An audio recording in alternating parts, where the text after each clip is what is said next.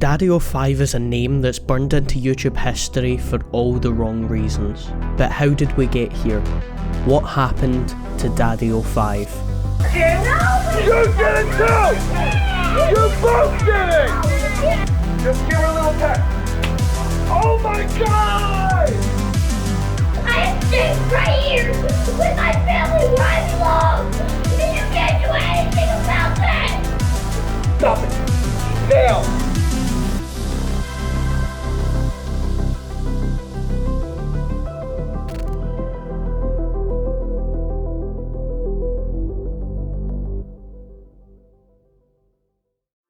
Have you ever drew a comparison between family channels and prank channels?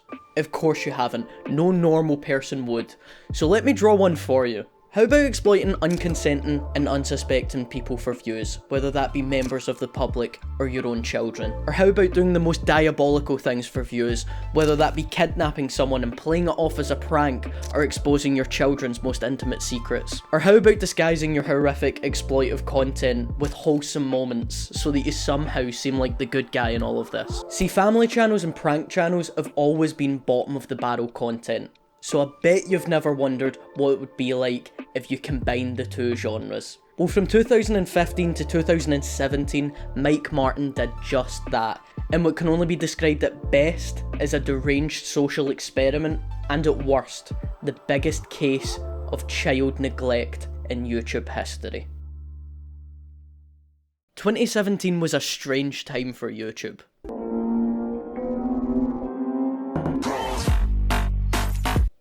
Yeah.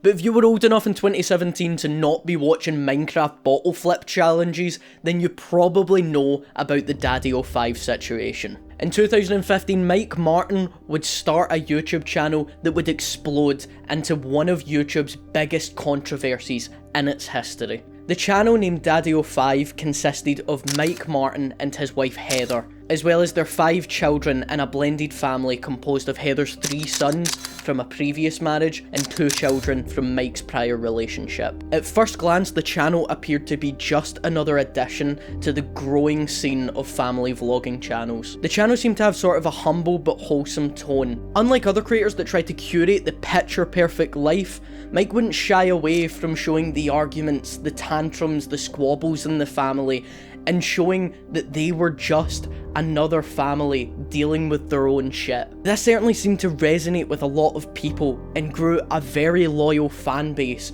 People who felt like they were a part of the family or felt like they could really resonate with the family because they were just as flawed as their family, and they could relate with someone and their family issues to someone else. But the problem with such a loyal fan base that was there to watch that gritty side of the family is they started to grow an appetite for conflict. And the more raw and chaotic and extreme the videos became, the more views the videos would garner. And Mike took notice and started to push the boundaries. What started as a relatable dysfunction turned into something much darker. What once felt like real life now started to feel calculated, engineered for views and subscribers. And chasing that gritty, unscripted appeal that brought all of the fans in, Mike would make a decision which would ultimately end up in his downfall.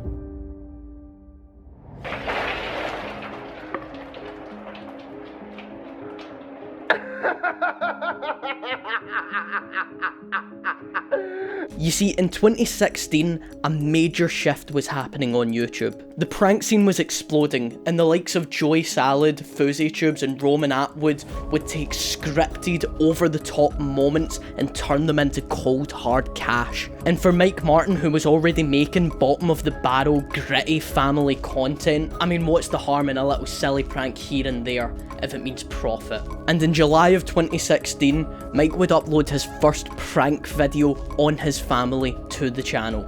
Cody's been being real bad at school, so I'm gonna prank him to get him back for giving me such a hard time all the time. You wanna play games, Cody? No! Wanna play games? Let's play games, Cody!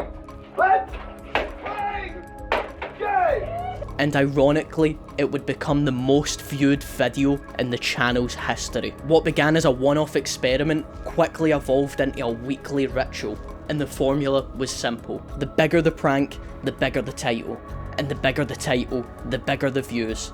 The bigger the views, the bigger the ad revenue. What set this apart from other prank channels is that other prank channels were faking it. By 2017, most of the internet had caught on that the pranks that were being done online were clearly faked. It's such over-the-top content that only the lowest percentile of people would believe, but it brought in enough clicks to make a profit. Whether this was real, the pranks, the reactions, the aftermaths, it was all real. None of it staged. And Mike wasn't just influenced by prank channels either. He also seen at the same time on YouTube that the rage genre had went massive and he would capitalise, taking inspiration from creators like Angry Grandpa or Kid Behind the Camera, who happened to be a family friend. And the pranks weren't evenly distributed throughout the kids. Not every child was a target, and one in particular got it worse than all the rest. Get downstairs and decorate the tree. I don't want to decorate the Get your tree. little That's my ass shirt. downstairs. Oh my God, Jacob, stop! Can I have a I game? told him to knock it off. Get off of it! Nobody gives a damn! See, in the midst of the pranks, Mike and Heather would discover that some of the children reacted far bigger than others. Emma, the only girl in the family, seemed to be unfazed by the chaos around her, leading Heather and Mike to deem her unprankable. But on the other end of the emotional spectrum was Cody. See, Cody would react explosively to these pranks, freaking out every time they happened on them, far worse than any of the rest of the kids. See, Cody had been diagnosed with ODD, also known as oppositional defiance disorder, a condition defined by constant outbursts of anger, irritability, defiance, and vindictiveness towards authority figures. You see, these symptoms are hard enough to deal with the proper care, therapy, and support, but Cody got none of these. He got a camera in his face. He would often be singled out as an emotional punching bag within the family. In one of the videos, the family deliberately hid from Cody, making him believe that they'd left him behind and he was abandoned. And in the moment where he inevitably panics, the camera's whipped out and he's told that it's just a prank and to stop being so salty. I'm about to start running around the mall. We pranked you. Stop being salty. I'm not so You are. In another video that's now infamous on the channel, Mike and Heather would pretend to kick Cody out of the house entirely. Cody's leaving. I'm kicking him out. He's getting the hell out, and that's how it's gonna be. I'm not leaving. You really are going. Staying with my family here. Are you gonna stay in the tub? Stay here forever! I am staying right here with my family where I belong! That's the prank. Just a prank, really? Yes. God. It's just a prank. Messed up! The video started the moment that Cody got home from school and didn't end until after the sun had set, which shows that the prank and the emotional distress that Cody went through went on for hours. But that wasn't the bottom. The worst had yet to come, because in 2017, Mike would upload a video that would cause a firestorm across the internet. A video so upsetting, so unspeakably cruel, that it would shatter the illusion of harmless fun once and for all.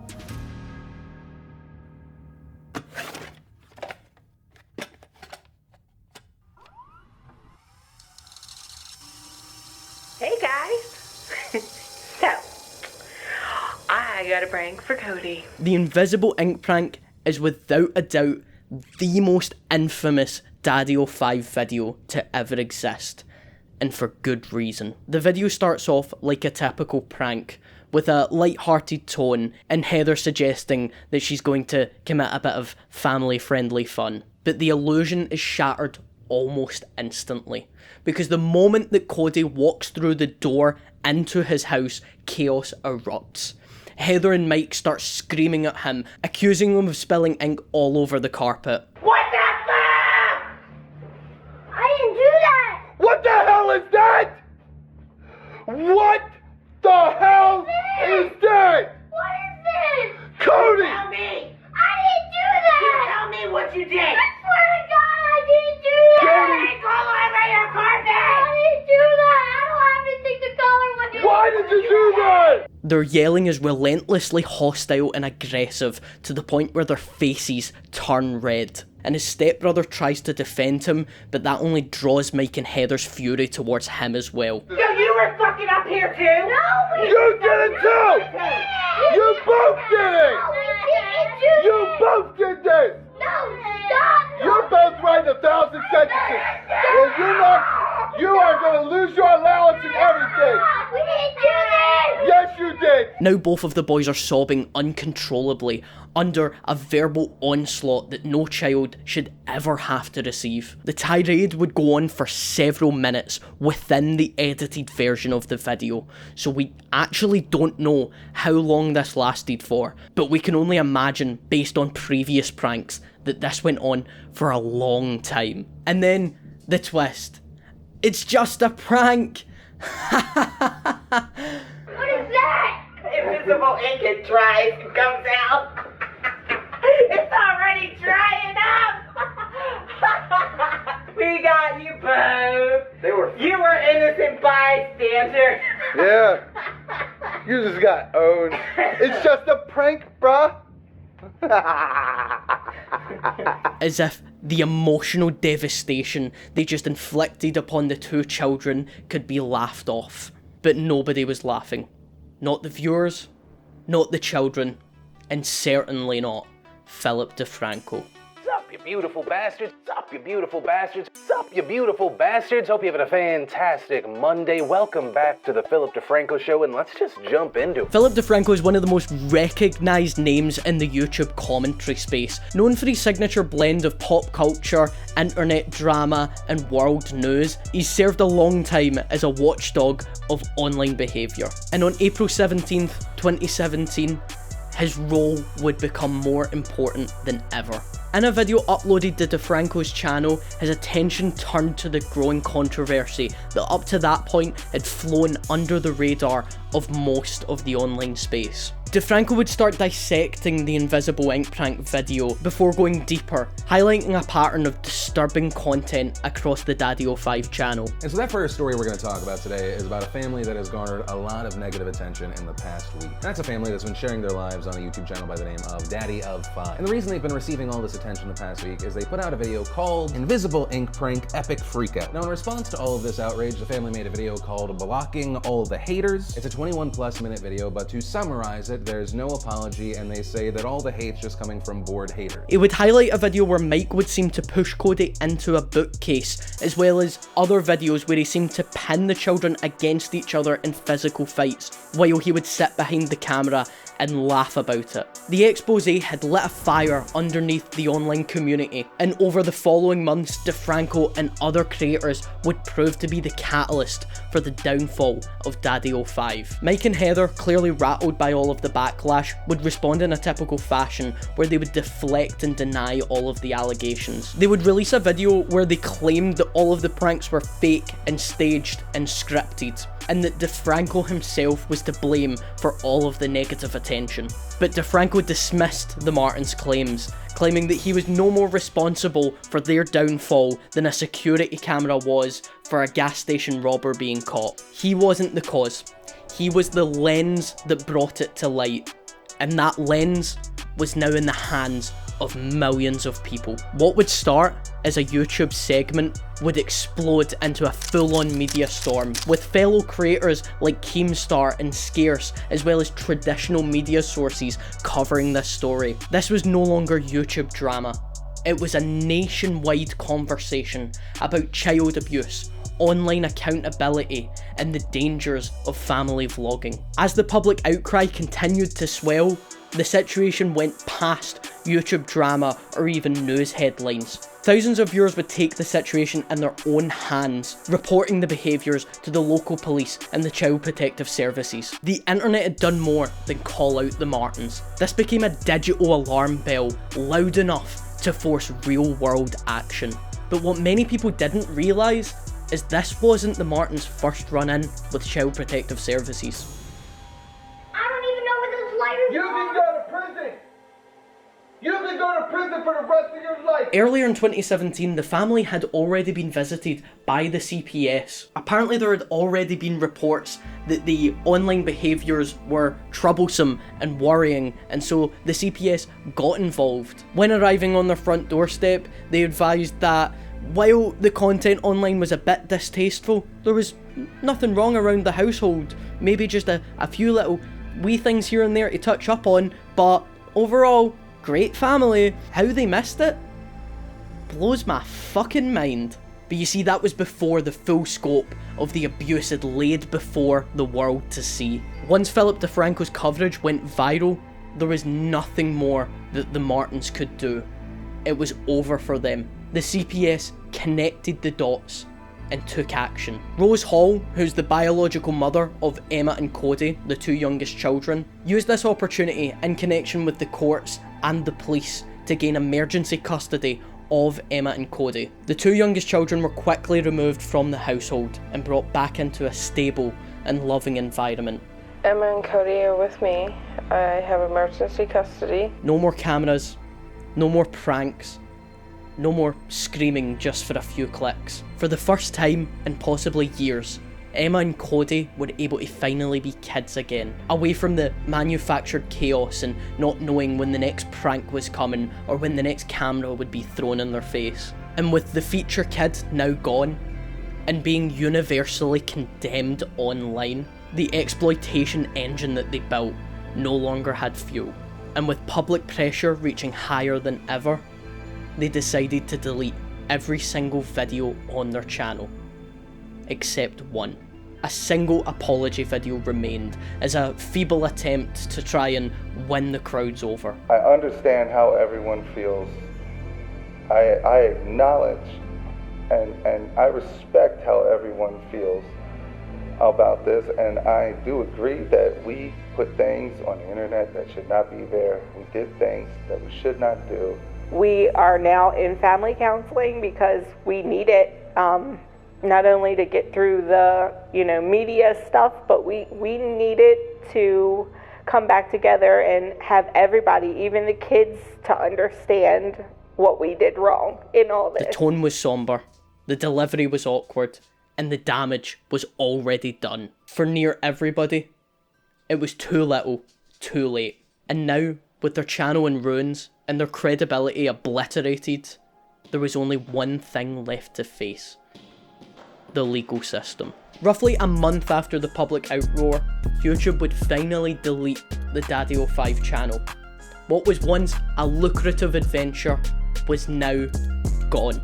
But the consequences didn't end there. In August of 2017, the Frederick County Circuit Court in Maryland filed formal criminal charges against Mike and Martin, citing multiple counts of child neglect and abuse, among other violations. The charges didn't stem from just one video, but what the prosecutors deemed as a consistent pattern of emotional and psychological harm inflicted in the children over time. Facing overwhelming evidence and a mountain of scrutiny, Mike and Heather would plead guilty to these charges.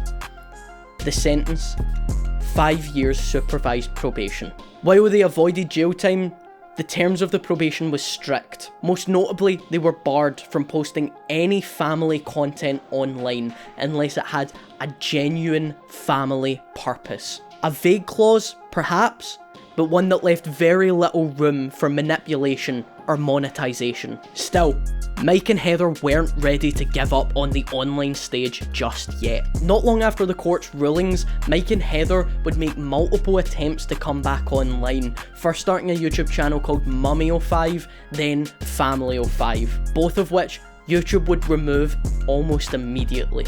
In a final act of defiance, perhaps, Mike and Heather released their own website where they would upload videos behind a paywall. And while this may have been a redemption arc within their dreams, it only lasted 6 months before they would remove all of the videos from the website and stated that they were stepping away to continue the healing process of the family. Whether it was a genuine moment of self-awareness, a court-mandated decision, or just the fact that it was not working out for them, one thing was clear: the DaddyOFive era was finally over. So, where are they now?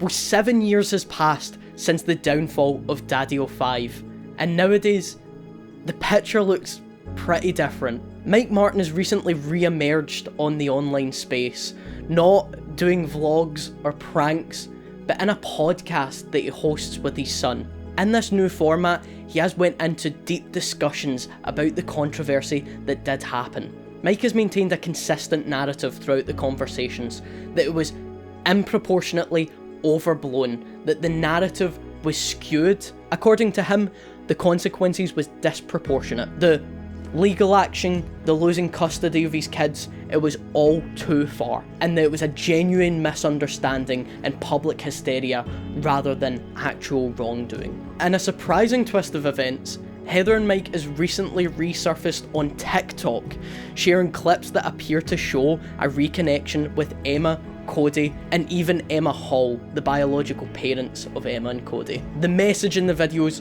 very clear. It's all over now. Everybody is good, and leave us the hell alone. They want to move on and live peacefully, off of camera and away from the limelight, without judgment and without scrutiny. It's a resolution that no one saw coming, and maybe, just maybe, there is room for a nuanced truth in all of this. Because while the videos in the past undeniably showed signs of neglect, emotional manipulation and poor judgment, it's also true that people can change. Over time, with reflection, pressure, and consequence, growth can happen, and it seems that, at least for some members of the Martin family, it has. Mike and Heather's public image remains polarising.